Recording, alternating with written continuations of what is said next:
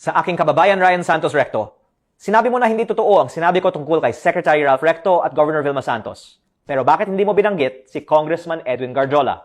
Totoo ba ang aking speech tungkol kay Garjola at kumastos ba siya para sa kampanya ninyo at ni Gov Vilma?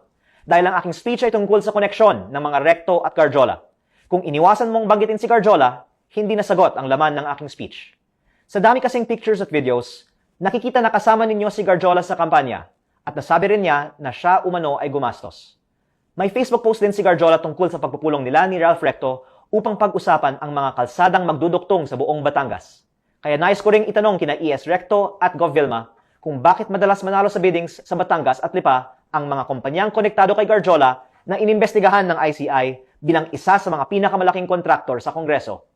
At totoo po ba ang mga ulat na may koneksyon umano ang mga Recto at Garjola sa Refresh Gaming na STL operator ng Batangas, kasama si San Juan Vice Mayor Anthony Marasigan? Hinihiling ko sa Kongreso na magbigay ng panahon upang mas mahimay pa ang mga koneksyon ng Executive Secretary ng Republika ng Pilipinas at Governor ng Batangas kay Congressman Garjola. Patuloy kong ginagawa ito kahit may mga nagsabi na gagamitin ni Recto ang kanyang kapangyarihan laban sa akin dahil malapit nang matapos ang panahon ni Recto pero hindi dapat matapos ang pagsusuri ng koneksyon ni Garjola kay Recto.